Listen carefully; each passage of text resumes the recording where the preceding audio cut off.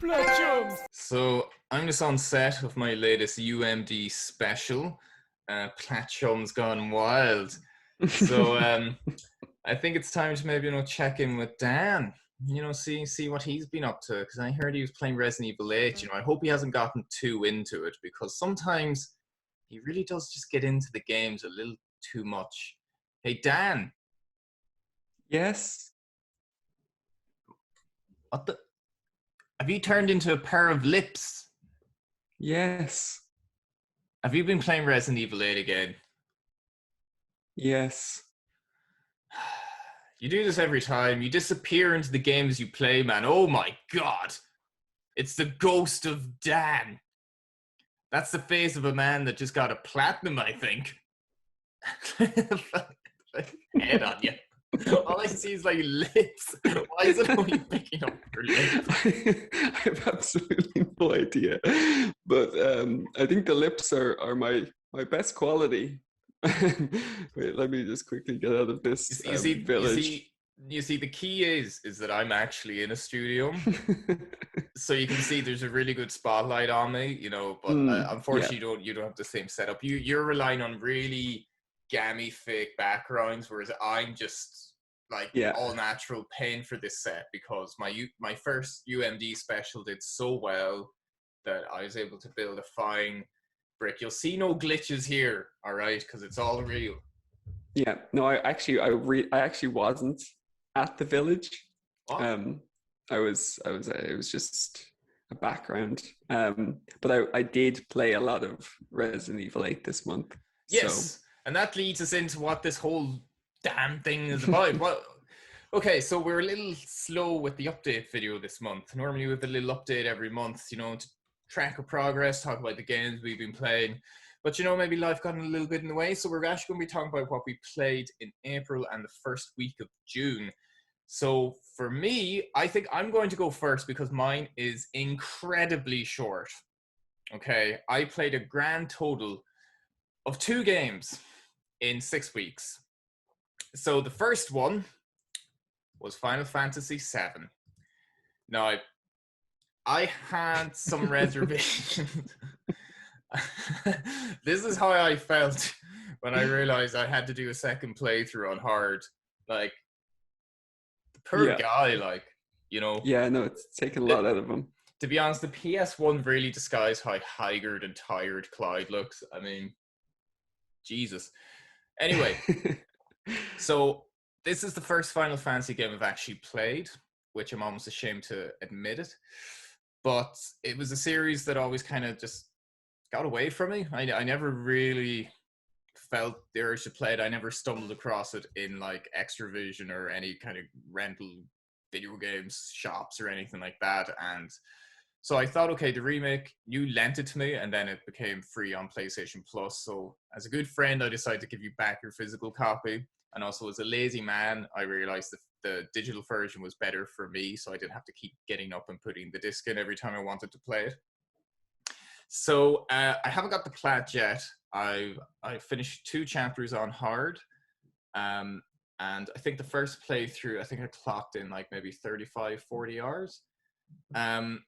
Now, I'll go into some like maybe just minor spoilers, but like essentially I'll try to like refrain from, but it is a remake of a game that's like near 25 years old, so like come on. And also I think it's like the first third of that game, so look, continue watching if you want to, but it's the first 10% of the game. Really. So if even if I can't relate it back to the original. Like, I own the original. I own 8 and 12 physically, and I own 7 digitally for about 3 years, and I still haven't played it. Look, don't ask me why. I've just never gone around to the series. So anyway, I really like the combat, the graphics, and the overall tone of the game were really great. I have to admit, though, as someone just coming into the series, I realize each one is like its own. It's like an anthology. It's like its own little unique thing. I thought it was only really getting interesting, or I was becoming really engaged just as it ended. Yeah. And that isn't to like say it's like a bad game or anything. Like, I just think it was very. I don't know if a lot of stuff was added as like nods to people who adored the original. You know, it's held in such high esteem. It's always cited as one of the greatest games of all time and one of the greatest video game narratives of all time. Overall, I did enjoy it a lot, especially the combat. As I said, like enjoyed it a lot more than I thought. But yeah, I just thought as soon as I was like, okay, this is getting like really interesting. Is it going to like really open up? It just ends. So I guess it's kind of harsh because to be too critical of it, because you know that it's going to be like essentially a 3-part series. So maybe when it's like one complete package, but when it's just called Final Fantasy VII Remake, not part 1, not prologue or Final Fantasy VII the first 10%, I kind of assumed it might be the whole narrative. But I guess when you're doing it at this scale, you know, with 90 gig of a file size, maybe, you know, you have to maybe assume that, like, okay, it's not going to be the whole thing. That's fine. But look, I enjoyed it. I'm going to be taking it slowly. I know that's quite surprising. That's my kind of go-to mantra. I think I'm going to take it slowly.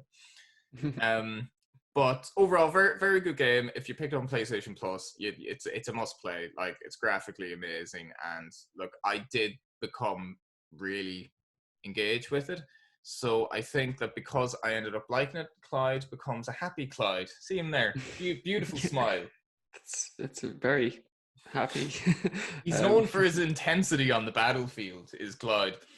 But the other game I played was yet another remake of a classic PlayStation 1 title, and that was Resident Evil 3. Another game that you kindly lent me. So not only am I really slow with games this month, but everything I played was essentially because of you. So I actually loved it. Now, my opinion might be a little bit skewed because of the fact I got it for free and I didn't pay €60 or the full shebang for it. So I'm going to admit my own bias there with that. But it's essentially just more of the same with Resi 2. And like Nemesis is just such an iconic, you know, character. But I actually think he was like utilized slightly worse than Mr. X in Resi 2, even though Mr. X was a completely new character for Resi 2, whereas Nemesis was essentially the character that whole game is built around. Now, I know Code Veronica X was technically like supposed to be Resi 3. It's much bigger in scope, and this was supposed to be the spin-off, but it somehow ended up being like a titled sequel or a numbered sequel. But I have to say, like, the reports of it being quite short, I was always like, okay, all Resi games are, they err on the shorter side, but you can normally expect like a 7 to 8 hour like first playthrough if you're kind of watching the cutscenes, soaking in the atmosphere.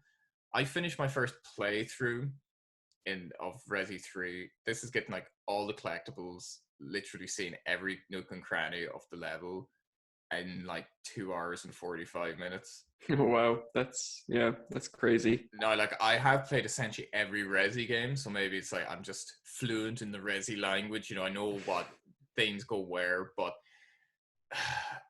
like, first of all, I'll just highlight, just graphically it looks stunning. I love the gameplay loop.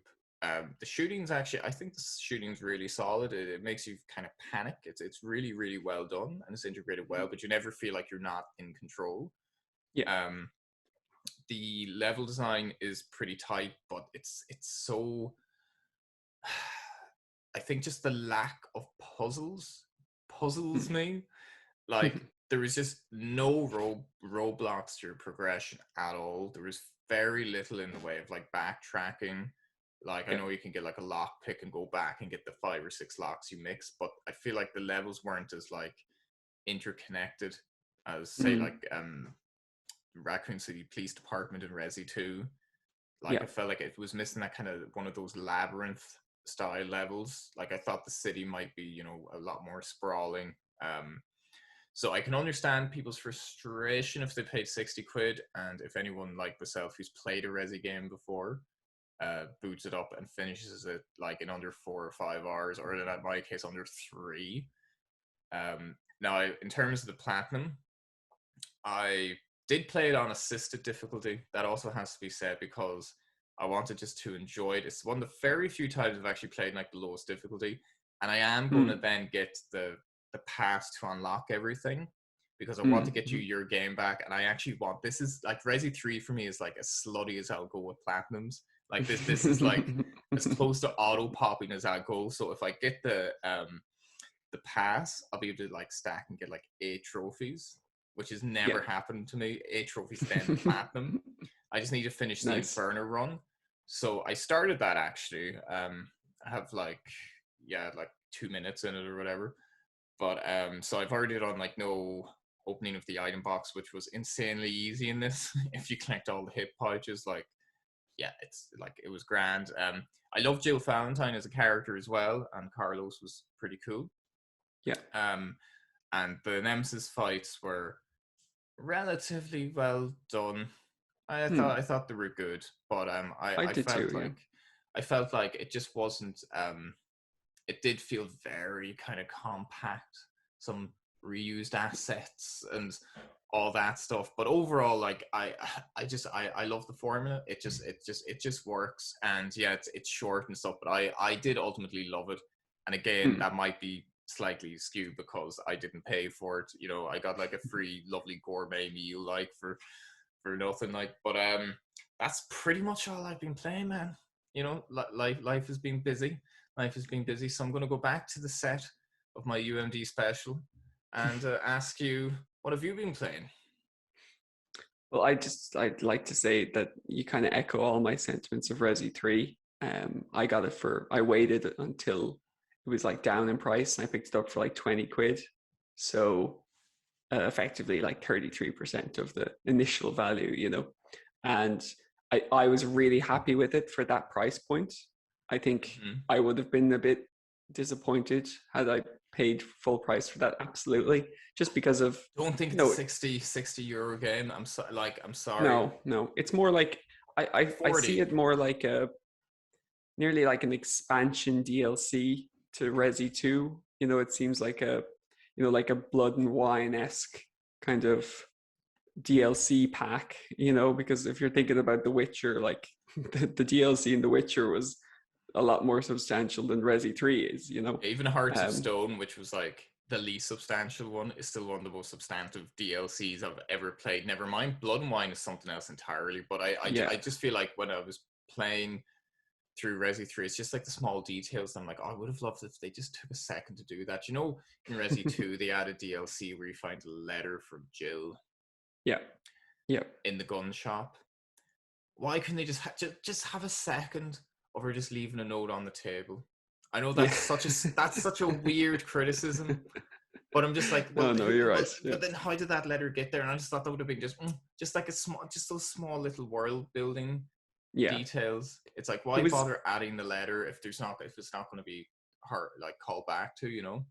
It's a good point. Yeah, there was definitely a lot of opportunities there to just flesh certain little bits out a little bit more. Like I think the city was definitely a good place where they could have had it a bit more labyrinthian, you know, and a little bit more. Yeah, do you know what I mean? Like it was missing stuff. That big kind of open, like kind of loads of claustrophobic corners, labyrinth levels. I feel like Resis are always built around. Like even Resi 8, I know it's like you keep coming back to the village and there's like differences. Now I've tried to avoid any spoilers because I haven't played it, but I love that aspect of the games. And the puzzles, there wasn't a single puzzle that I can recall, that I wouldn't even consider a puzzle.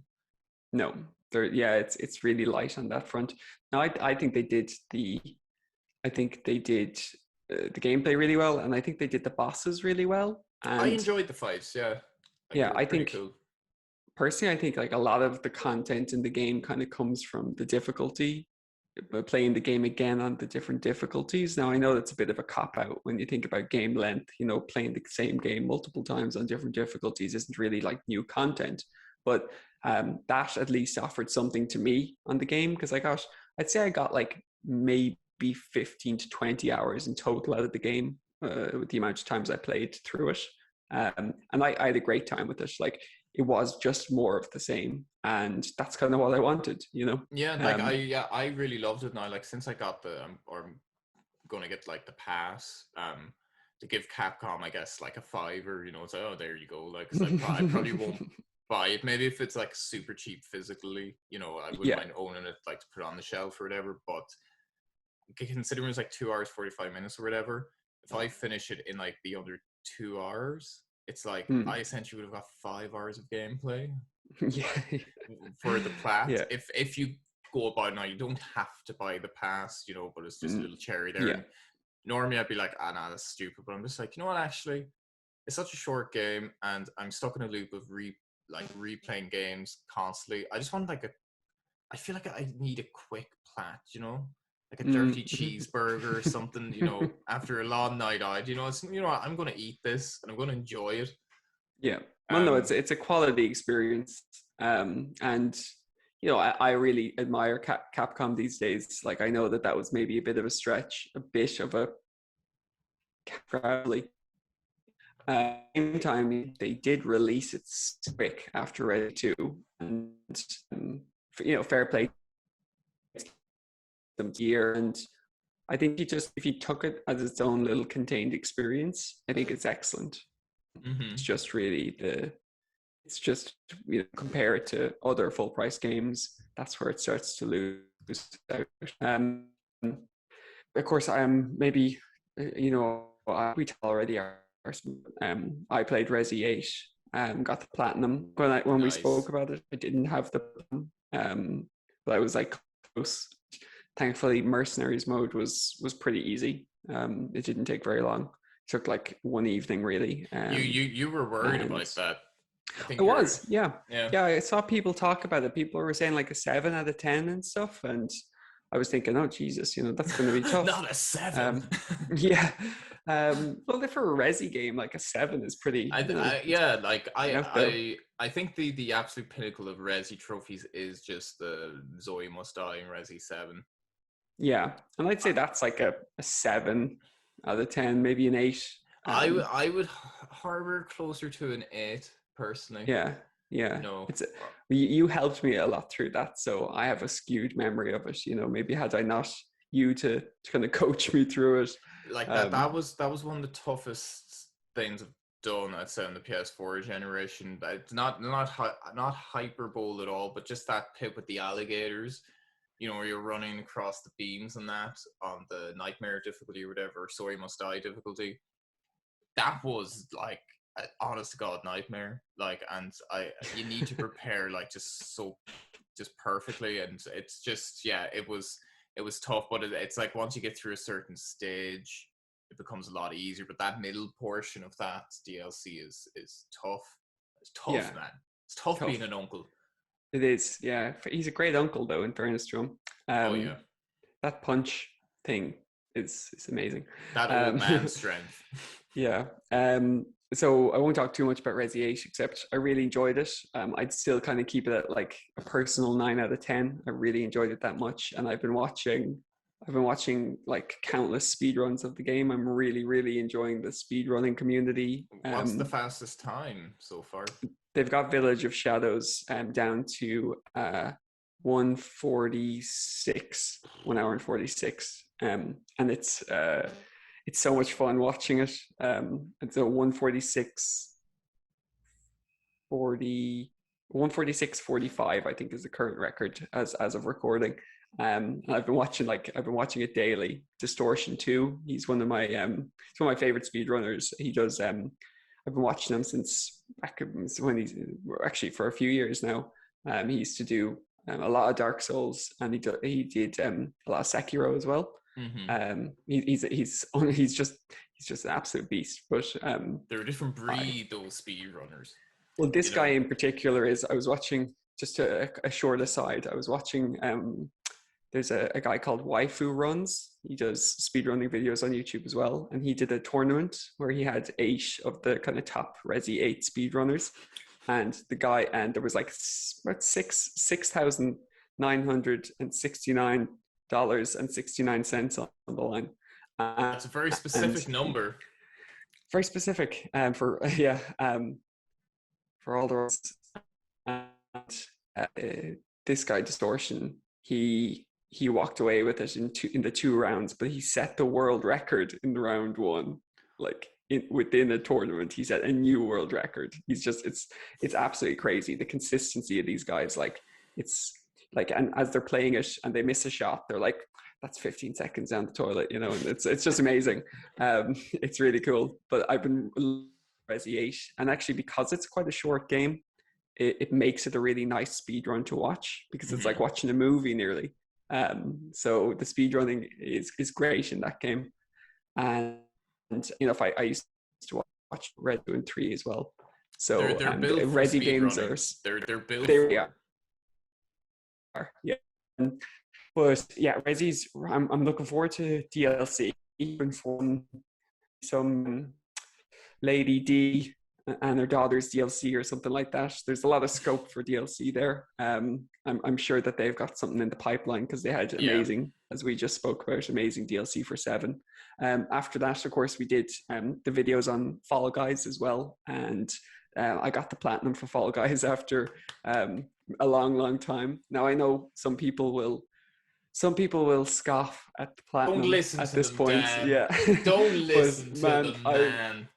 When I heard about the glitch, You do you. When I heard about the glitch, I ran up to my PlayStation. I ran up. I was like a child who heard an ice cream machine. It was like, or an ice cream van, you know? It's like, tell me, sir, is it true? Yeah. It was like the opposite of Santa. And when I was small, I'd run down the stairs to Santa. Now I was like running up the stairs to Fall Guys. To exploit a very time-sensitive glitch. Yeah, and some team, I joined a group like straight away on PSN profiles, and I ran upstairs, and I just said to my family, I'm like, see you later, I'm good. And I got upstairs, and then I turned on Fall Guys, and I realized I didn't have the update downloaded, so I had to tell them I can't play. And then I was like, oh no, they're gonna patch it, they're gonna hotfix it, but thankfully they didn't.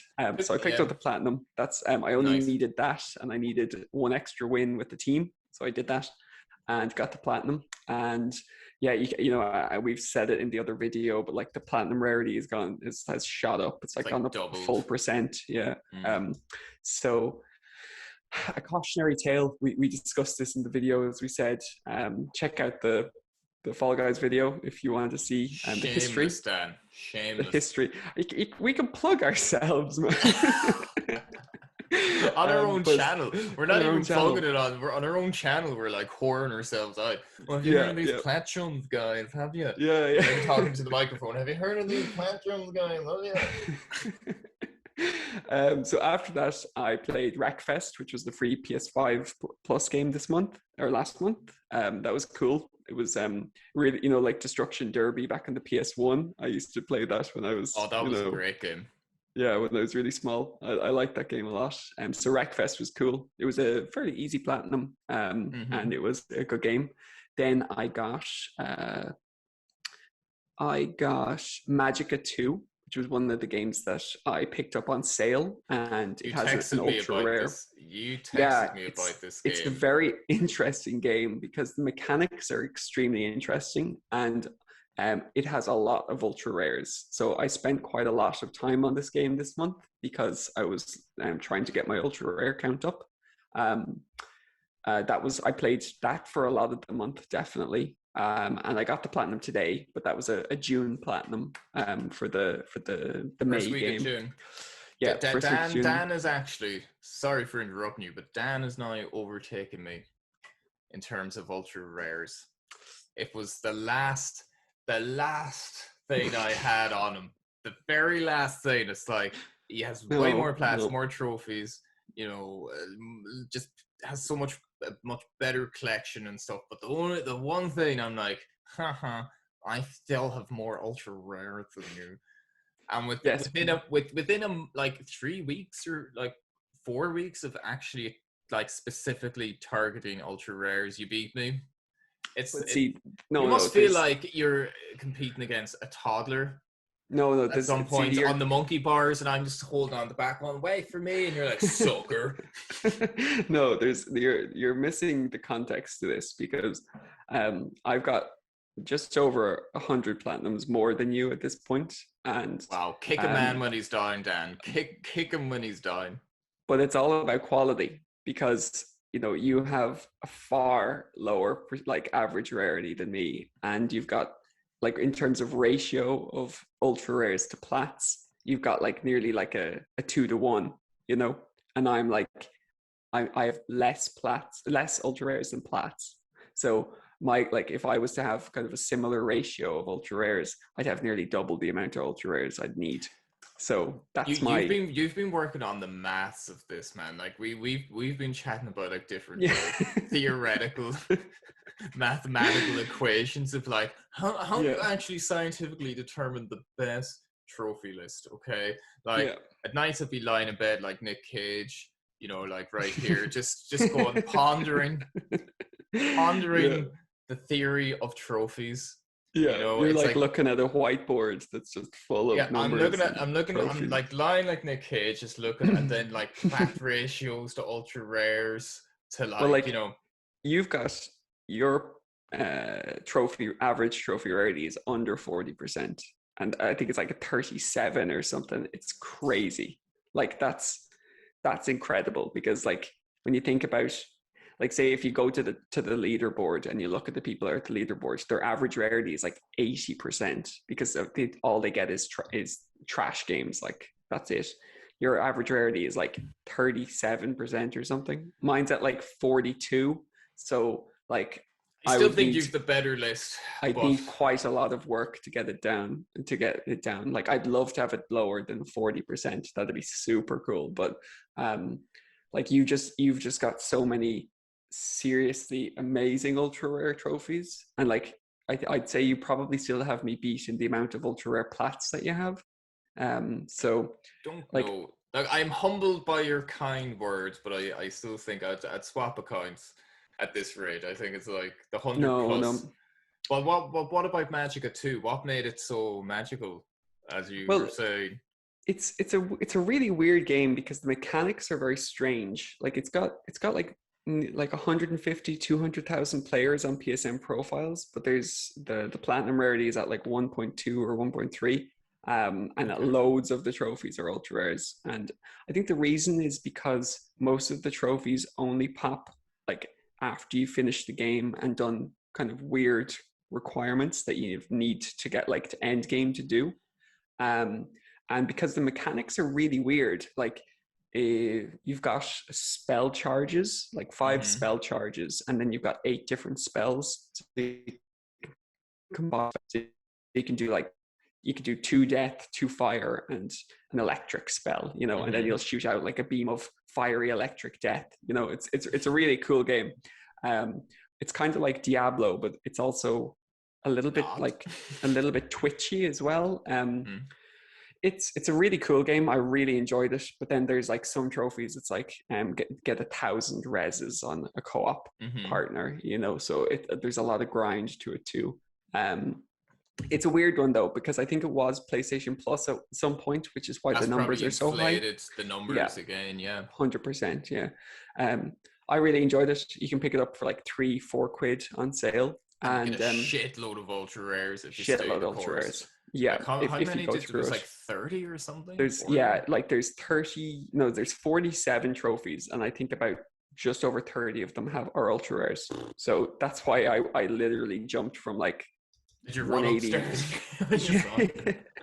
Like that, it didn't come with no effort. Like it's still a fairly tricky game. But it's like in terms of ultra rares, very lopsided trophy list, like very, I think very lopsided. Yeah, it's almost like a trophy list you don't really see or hear of anymore, because now it's like you get like it's a very like every step of your way, like those chapter specific trophies, or if you finish something in the story. I think games are kind of geared towards like you get a trophy every hour or two of gameplay almost, or every hour. Or like if you first time doing something, you get a trophy, like there you go, and then when you're halfway through you get a silver, and you finish everything you get a gold. So to have one where it's like all towards the end, you can see why if it's more of a niche game, but it was also on PlayStation Plus, it seems like a very rare storm forming there in terms of Yeah, just it creating like is. shitloads of ultra rares that are doable, still require effort, but Yeah. it doesn't sound like a notoriously skill-based list, I think. Is that fair to say?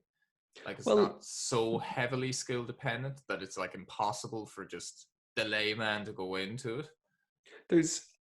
there's these challenges that you have to do on the Oh, okay. hardest difficulty, and um, they took me quite a few attempts. I won't lie. There was a few squeezing the controller moments in it. There's like 20 rounds, and you have to do it on the hardest difficulty. And if you die, you're back to the start. And some of them, because you can die in like one hit.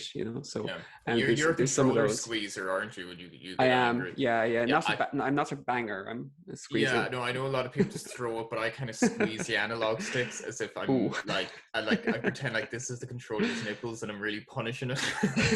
I compress it. I'm like, yeah, you're like, oh, yeah, are you punishing us or? I don't know what's happening. Or I just kind of like wear them as the goggles, put the Yeah. analog stick, and then headbutt the wall. But it was a good game. I really enjoyed it. It's a cool game. I would definitely recommend people to try it because it's a very unique mechanic game. I'd say it's probably one of those games that's built more towards the PC because it's probably like the key bindings maybe suit the spell usage a little bit more. And it seems to have a more dedicated PC following.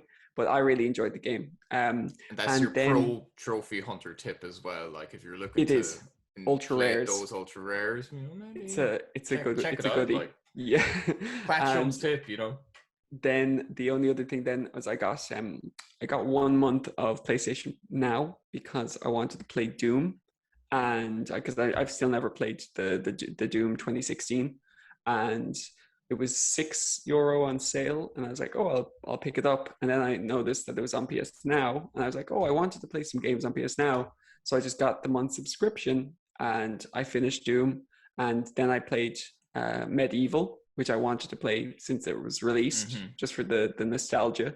And now I'm playing Destroy All Humans, also with PS Now. So I'm just started Destroy All Humans, but that's my third game for the PS Now thing. So for £10, I still have like 2 weeks left on the PlayStation Now, and I'll definitely get my 10 quid worth. Yeah, no, you did that before. Remember, you got a free trial and you got like 5 plats out of it, or 4.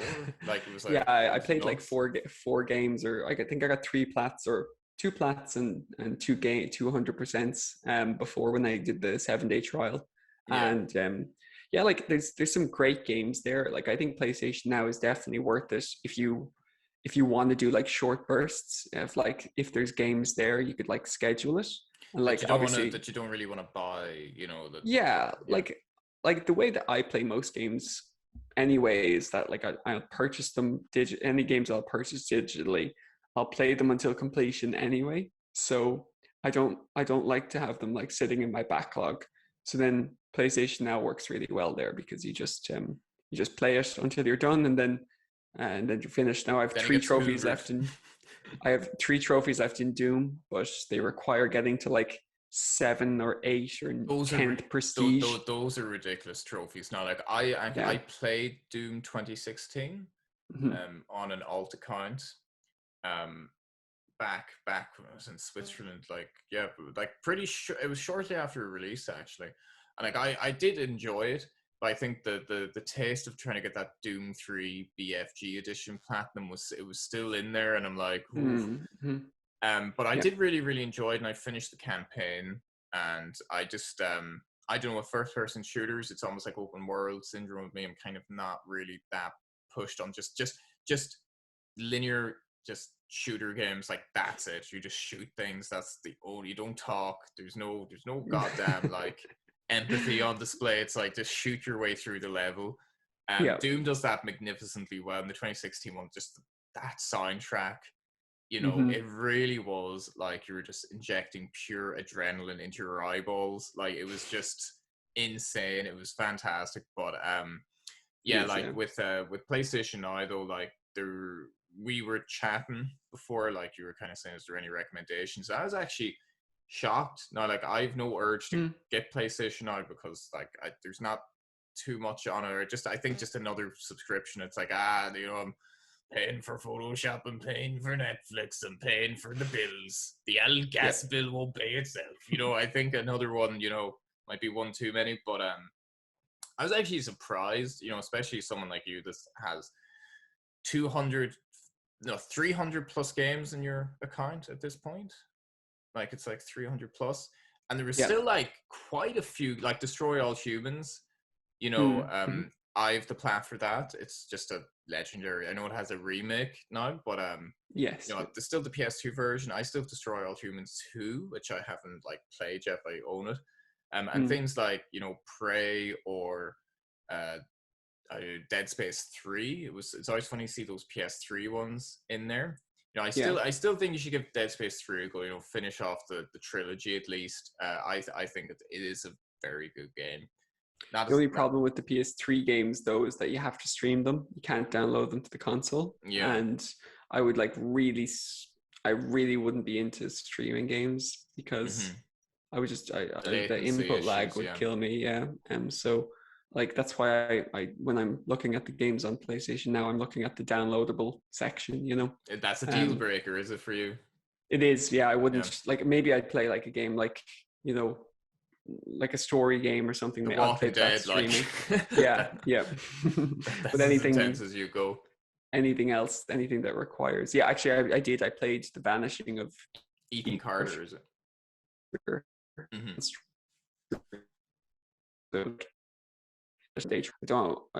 Will I wait to download it or just stream it? And it was like, it's fine streaming.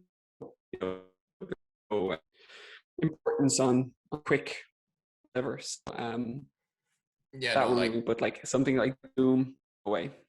No, Doom you couldn't.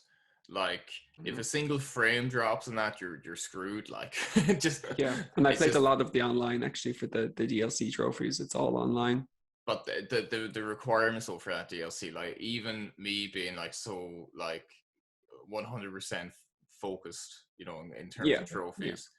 That is it's just ridiculous. Well, like prestige so often and get to like an insane level, and it's just too much. You have the Plat. I always think like ultimately the Plat is what counts, in terms of like trophy hunting.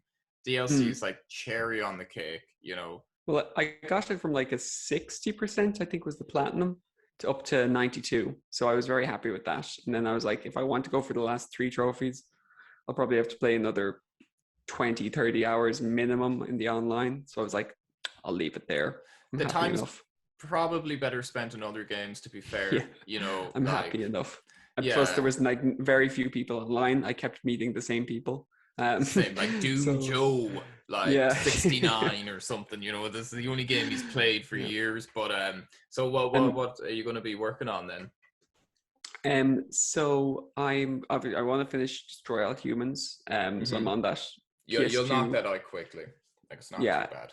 Yeah, I've only played it for like an hour and a half or whatever so far, and it's been pretty quick, but it's been pretty fun. You can do cheats. Woo! The cheats are cool. I always like those. So you have to enter them every time you fly to the island or fly down from your spaceship. But, so damn like retro. So retro. But it's very reminiscent of GTA as well. I forgot how similar it was. Like so many games at that moment in time were like GTA, But they were like they just paled in comparison with such kind of basic like copycat mechanics that just weren't as fleshed out, just as smooth. Like I remember like in a video on my channel talking about like Tony Hawk's Underground. Like that was, you knew GTA like was really taking on board. Where it's just throwing cars where you can drive in Tony Hawk's, but it was like I think I said the physics were like you're rollerblading on ice. It just, absolutely awful. Well, I suppose like obviously Rockstar had they had the money there to put into like driving mechanics and shooting mechanics. Like it was a pretty complete package. But before GTA 3, maybe not, but I think they were just ahead of it that they had like 3 or 4 years to get to grip with creating that kind of game, and everyone's like, oh my god, this is like so popular, we need to try to like mimic this as fast as possible. I actually got the Getaway on PS2 recently in a charity shop, and I'm actually kind of intrigued to replay that. That wasn't bad. I remember it was very hard. I remember it was much harder than GTA. It was because there was no damn map.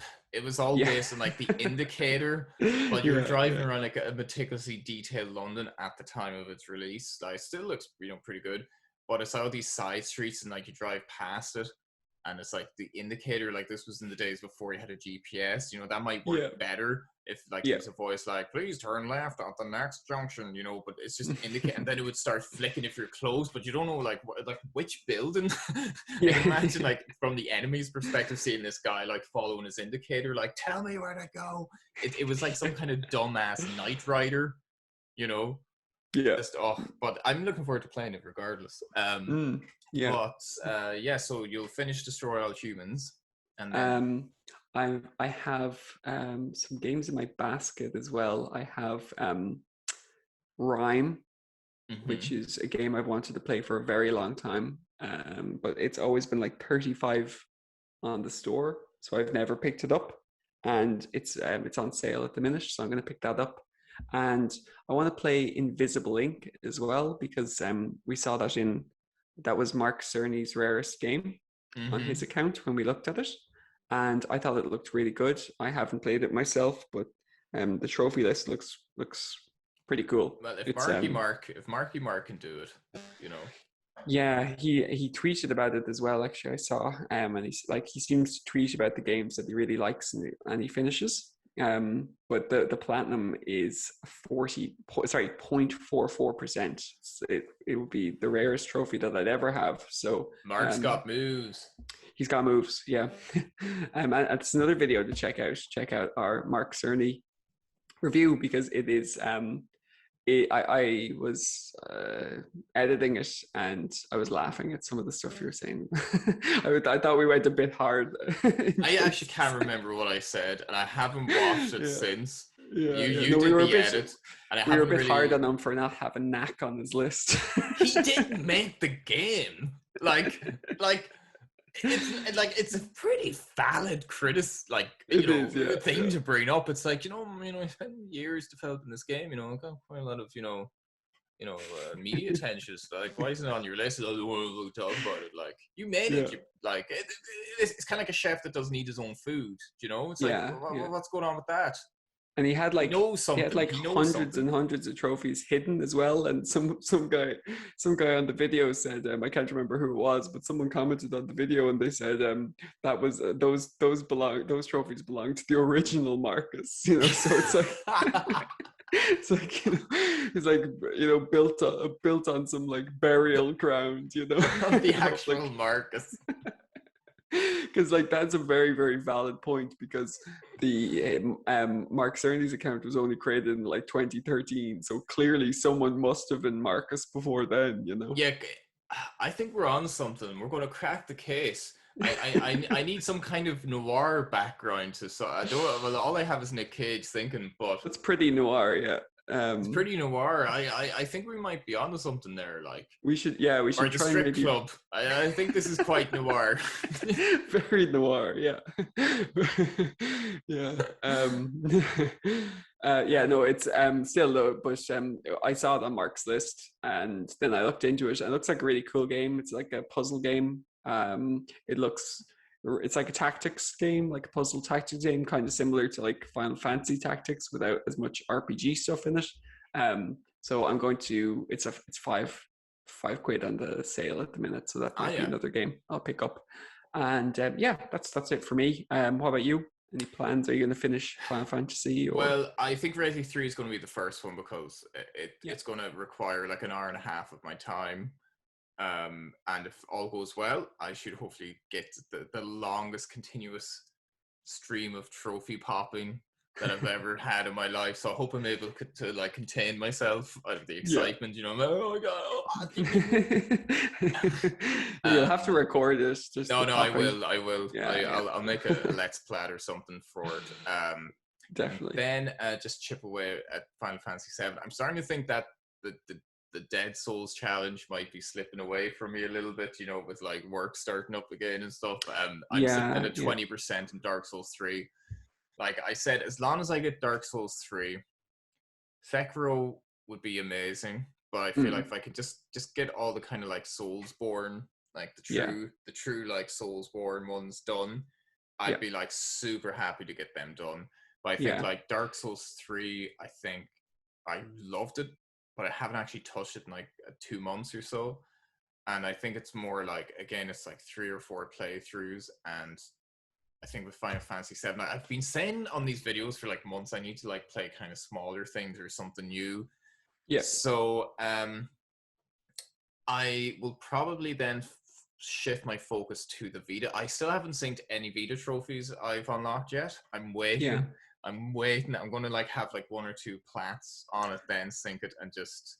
That's it. Yeah. No, I was trying to think, because you said to me that you only played 2 games, and I was thinking in my head, I was like, no, there's like no way you only played 2 games. And then of course I forgot you got the Vita, and you've been kind of playing some games on the Vita, but haven't yet synced them. So that makes a lot of sense. That's where those missing games were. Yeah, pretty much Tearaway. Like I'm on like level 7, but it's something like you know, I load up and do like 1 level or so, and like really enjoy it. And I started Persona 4, but it's still very much, I think I'm only on like, you know, the 4th or 5th day. But so far, I think, you know, I really like it. But I'd really recommend like not doing Persona in like anything other than one big batch, you know. I think it's not suited to being like push it back away, you know. I think it's kind of one of those games you have to focus on. I'm going to focus on it.